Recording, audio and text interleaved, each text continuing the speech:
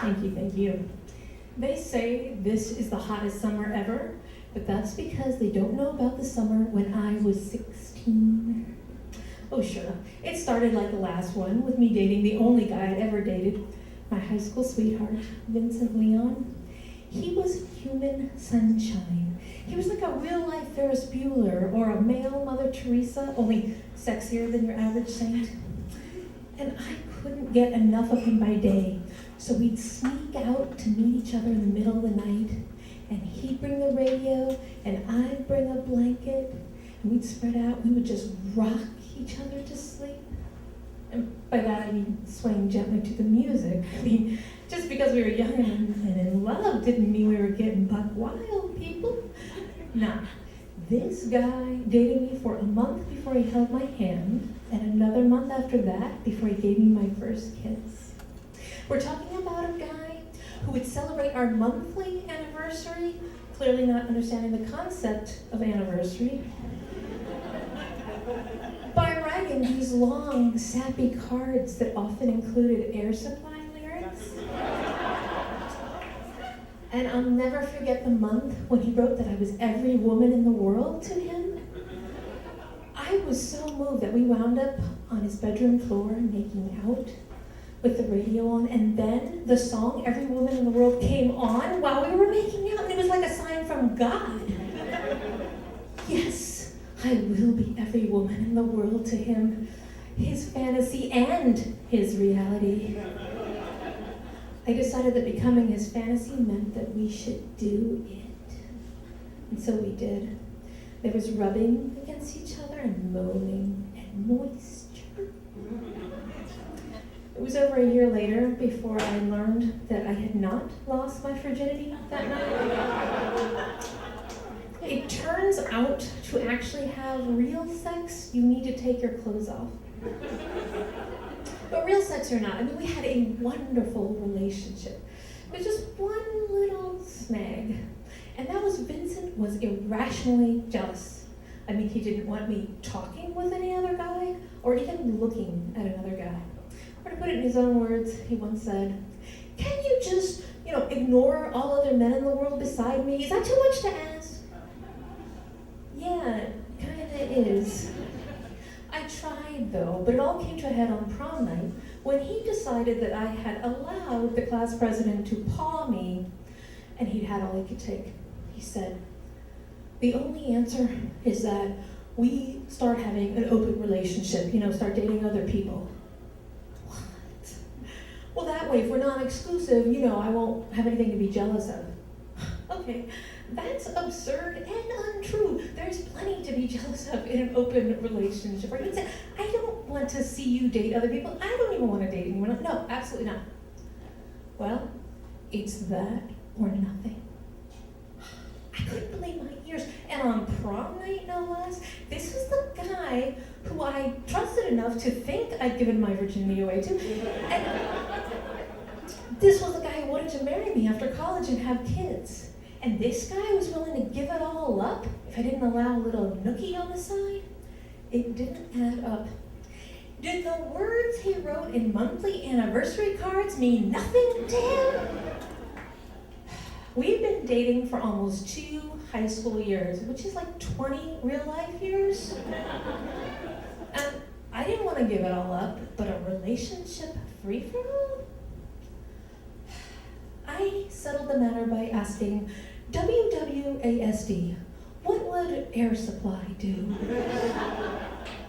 They seemed really sad about being all out of love, which made me think I should hang in. But then they were also known for being lost in love, which sounded like exclusivity all the way. Still, they had made love out of nothing at all. Okay, fine, I'll try it. Open relationship. And I walked home just wondering how this had happened.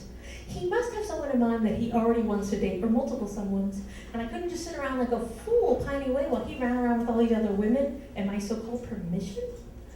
So I thought, I need a preemptive strike, and I know just the place to find my target, my church youth group, which is a sizzling hotbed of potential young lovers.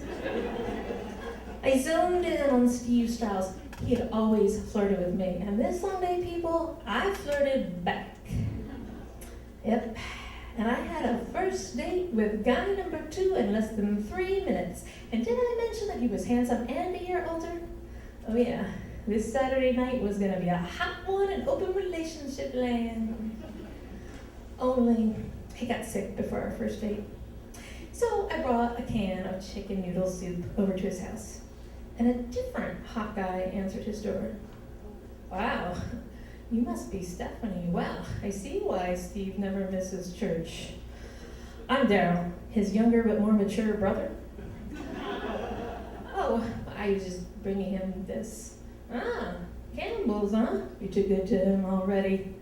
Come on in, I want to hear all about how you started dating the wrong brother. He was flirting with me, and I liked it. I said, technically, we're not actually dating yet. I mean, it would have been our first date tonight, but what about you? Do you have a hot date lined up for tonight? Yeah, it's called babysitting the neighbor's kids. A guy who babysits. My heart actually fluttered. Well, they're gonna bring the kids over here now so I can watch over Steve too. He's such a baby when he gets sick. I don't see how you could find that attractive. What I did find attractive was the brother of my soon-to-be boyfriend. Was that wrong?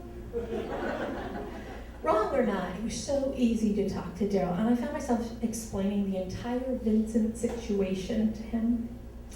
He said, wow, I'm in almost the exact same boat. See, Darlene and I, we've been dating for about 1.5 years, and last week this buddy of mine tells me she's cheating. Well, I don't believe it, but I tell her about it anyway, and she says, yeah, I sleep around with other guys, and if you got a problem with it, then we're through. Wow. It turned out Daryl had a huge problem with it, but he was in love with this skanky hoe bag, so he felt stuck. But right then, in that moment, we both knew exactly what to do. We'd go back to our cheating, open relationship demanding significant others, break it off. Then I would dump Steve, once he was better, I'm not inhumane. And then we'd be free to date each other as an exclusive couple. That's exactly what happened. Only I was really surprised by Vincent's reaction.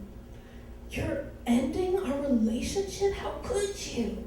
But you just last week suggested it. I was bluffing. You weren't supposed to call my bluff, damn it. I felt a little bad, but not bad enough to change my plans because Daryl and I were going to do all the things our exes never wanted to do. So for our first date, we went to Wheel of Wild roller skating rink on Goody Drive. You know the one, anybody? Yeah, because neither of our exes could skate. And when it was couple skate, he would turn backwards to hold me in his arms, and it was like waltzing on wheels. And then for our second date, we went out dancing. And Daryl can really dance, unlike Vincent. He knew all the Michael Jackson moves. And when Beat It came on, they actually cleared the floor to watch him reenact Beat It. But the third date was the best by far. We went to see Kool and the Gang in concert. We love them. Our exes hate them. How can you hate Kool and the Gang? We celebrated good times, come on. It was fresh, exciting, and new. And before we pulled out of that parking lot, it was ladies' night in my car. When Daryl called a few days later, I couldn't wait to hear about the plans for date number 4. He said, I'm sorry, Stephanie. You're the best, really, but Darlene called me and she was begging and crying for me to come back, and I can't say no to a woman who cries. I wanted to say, I can cry. I can totally cry my ass off. When you say she was crying, was it like a Demi Moore in Ghost cry? Or are we talking Meryl Streep but out of Africa? Because I can outcry them both with my impression of Sally Fields and Steel Magnolias. But I didn't say any of that. Because you can't blame a guy for going back to his high school sweetheart, even if she is a skanky hoe bag. And when it came right down to it, I was Daryl's other woman. But I wasn't the other woman to Vincent, who'd been calling and begging me every day to come back to him. saying, I'll never say the words open relationship again. Please, you've proven your point, I'm sorry. And then the night that I was supposed to be out on date number 4 with Daryl, instead I was home to hear the plinking of rocks off my bedroom wall and the horrible sound of Vincent serenading me. I'm all out of love. I'm so lost without you. Okay, please, I'll come back to you. Just stop singing. I have some neighbors who own shotguns.